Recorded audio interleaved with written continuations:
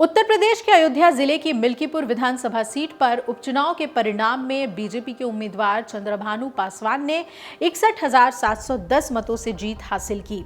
38 साल के पासवान को 1.46 लाख से ज्यादा वोट मिले हैं और उनके निकटतम प्रतिद्वंद्वी यानी कि समाजवादी पार्टी के 42 साल के अजीत प्रसाद को 84,687 वोट मिले। इस हार के बाद सपा प्रमुख अखिलेश यादव का बयान सामने आया और उन्होंने जमकर बीजेपी पर आरोप लगाए, लेकिन मतगणना के बीच उन्होंने ये जरूर कहा था कि चुनावी मशीनरी का दुरुपयोग किया गया है। समाजवादी पार्टी के प्रमुख अखिलेश यादव ने बीजेपी पर चुनाव जीतने की कोशिश में चुनावी मशीनरी का दुरुपयोग करने का आरोप लगाया।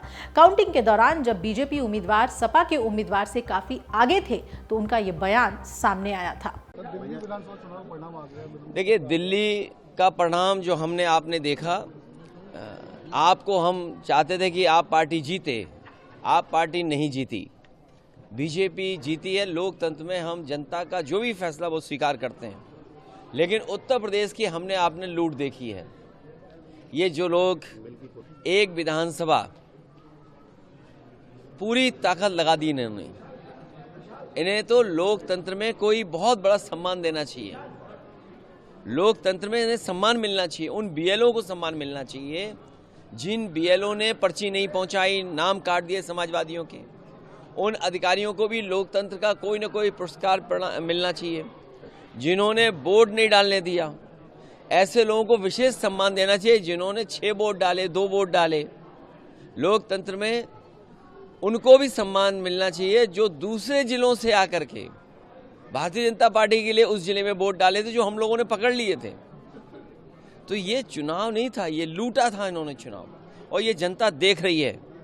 ये पीडीए के लोग, पीडीए समाज के तमाम मतदाता देख रहे हैं कि उनके साथ क्या भेदभाव हो रहा है। जो लोग मिल्कीपुर जीत करके कोई संदेश देना चाहते हैं, अयोध्या की हार मिल्कीपुर की जीत बराबर नहीं कर सकती है। अयोध्या की हार हमेशा हमेशा के लिए अयोध्या की हार रहेगी, वो बदला नहीं हो सकता मिल्कीपुर की जीत।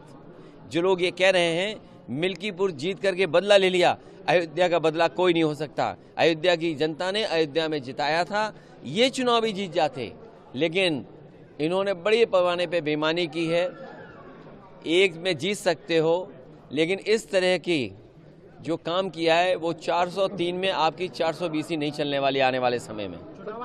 मिल्कीपुर उपचुनाव के परिणाम में समाजवादी पार्टी को करारा झटका लगा। फैजाबाद अयोध्या से सपा सांसद अवधेश प्रसाद के बेटे अजीत प्रसाद को बीजेपी से हार का सामना करना पड़ा है, और ये हार सपा को तब मिली है जब खुद सपा मुखिया और पूर्व मुख्यमंत्री अखिलेश यादव, डिंपल यादव ने यहां जनसभाएं की, लोगों को संबोधित किया, रोड शो किया।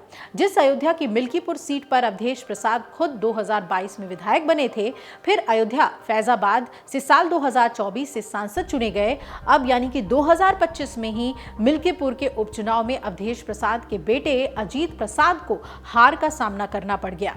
बीजेपी के प्रत्याशी चंद्रभानु पासवान ने 60,000 से ज्यादा वोटों से सपा उम्मीदवार अजीत प्रसाद को हरा दिया है, और वोटों के मार्जिन का जो ये अंतर है, ये जो मार्जिन है, वो अपने आप में एक कहानी बयां कर रही है कि बीजेपी ने कितनी बड़ी जीत हासिल की है। जहां एक तरफ सपा के हार का जिम्मेदार चुनाव आयोग और अधिकारियों को ठहराया जा रहा है, तो दूसरी तरफ अवधेश प्रसाद ने जनता का फैसला विनम्रता से स्वीकार किया। अयोध्या फैजाबाद से सपा सांसद अवधेश प्रसाद ने सोशल मीडिया ट्विटर एक्स पर पोस्ट किया और लिखा कि जनादेश स्वीकार है। मिल्कीपुर विधानसभा क्षेत्र की जनता द्वारा दिया गया जनादेश विनम्रता से स्वीकार करता हूं। चुनाव के दौरान पूरी ऊर्जा से पार्टी के समर्पित कार्यकर्ताओं और आम जन ने जो सहयोग किया, उसके लिए आभार। मिल्कीपुर की जनता के साथ सुख दुख में खड़े रहेंगे। उपचुनाव था, मिल्कीपुर का चुनाव था, लेकिन चुनाव और मतगणना के पहले चर्चा पूरे देश में हो रही थी। चर्चा इस बात की हो रही थी कि भारतीय जनता पार्टी बहुत ही सुनियोजित ढंग से वोट को अपने पक्ष में करने के लिए तैयारी कर रही है। शुरुआती दौर में ही इस बात की जानकारी मिल रही थी कि मतदान केंद्र पर जो भी पीठासीन अधिकारी और जो भी चुनाव के कर्मचारी लगाए जाने की तैयारी है, वो पूरी तरह से भारतीय जनता पार्टी के या तो कार्यकर्ता रहे हैं, या संगठन में रहे हैं, या रिश्तेदारी में रहे हैं, और उन्हीं को भेजा जाने की तैयारी है। और पीडीए के किसी भी कर्मचारी को लगाने की तैयारी कौन कहे, उनको पूरी तरह से इग्नोर करके तैयारी किया गया, जिसके संबंध में मैंने चुनाव आयोग को, भारत के और प्रदेश के चुनाव आयोग को और यहाँ के सारे मीडिया के लोगों को, यहाँ के जिलाधिकारी जो चुनाव के जिम्मेदारी होती है, जिलाधिकारी अयोध्या को, सबको मैंने दिया था।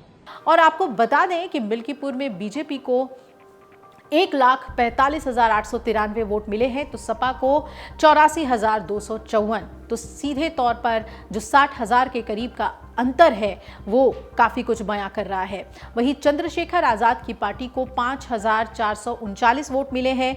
ऐसे में बीजेपी के चंद्रभानु पासवान ने ये चुनाव 61,710 वोटों के अंतर से जीत लिया। उत्तर प्रदेश के मुख्यमंत्री योगी आदित्यनाथ ने मिल्कीपुर उपचुनाव में बीजेपी की इस ऐतिहासिक जीत के लिए पार्टी कार्यकर्ताओं को बधाई दी।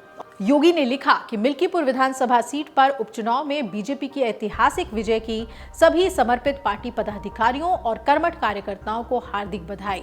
ये भी कहा कि ये जीत प्रधानमंत्री नरेंद्र मोदी के नेतृत्व में डबल इंजन की बीजेपी सरकार की लोक कल्याणकारी नीतियों और सेवा, सुरक्षा और सुशासन को समर्पित उत्तर प्रदेश सरकार के प्रति आम जन के अटूट विश्वास का प्रतीक है। अमर उजाला जीवांजलि के सारथी की मदद लें और महाकुंभ में स्नान जरूर करें।